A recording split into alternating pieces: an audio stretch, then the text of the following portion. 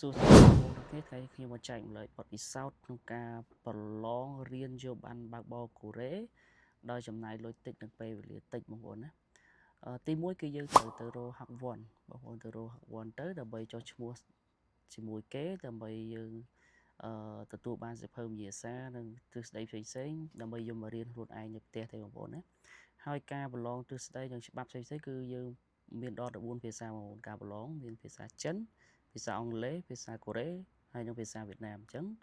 បើបងប្អូនគិតថាខ្លួនឯងចេះភាសាមួយណាខ្លាំងបងប្អូនអាចទៅពេលប្រឡងបងប្អូនអាចជ្រើសរើស select ភាសាដែលខ្លួនឯងចេះអញ្ចឹងណាមួយវិញទៀតសម្រាប់នៅសាលាគឺយើងបង់ថ្លៃសាលាត្រឹមតែទៅជា80,000ជាងឯងបងប្អូនខ្ញុំអត់ចាំដែរ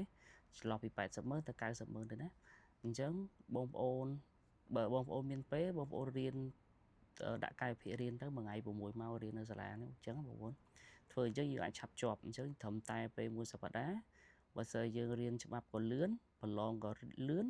ប្រឡងជាកូដក៏លឿនបងប្អូនអាចត្រឹមតែមួយសប្តាហ៍បងប្អូនអាចទទួលបានបើកបរហើយជាទូទៅខ្ញុំគិតខុសពីមុនមកខ្ញុំគិតថារាប់ខែបានអាចទទួលបានតែការកបិតអញ្ចឹងបងប្អូនលឿនបងប្អូនកាន់តែលឿនបងប្អូនត្រូវទៅរៀនច្បាប់ឲ្យបានល្អរៀនទ្រឹស្ដីបានល្អបងប្អូននឹងប្រឡងជាប់អានឹងមុនគេអាចការអនុវត្តដៃចកោតនៅសាលានៅអីផ្សេងគឺអត់សូវបារម្ភបានបងប្អូនពួកអីគ្រូគេចាំមានគ្រូគេចាំជួយយើងអញ្ចឹងបងប្អូននៅវីដេអូថ្ងៃនេះមានតែប៉ុណ្្នឹងទេបាយបាយមានចម្ងល់អីសូមខមមិនក្រោម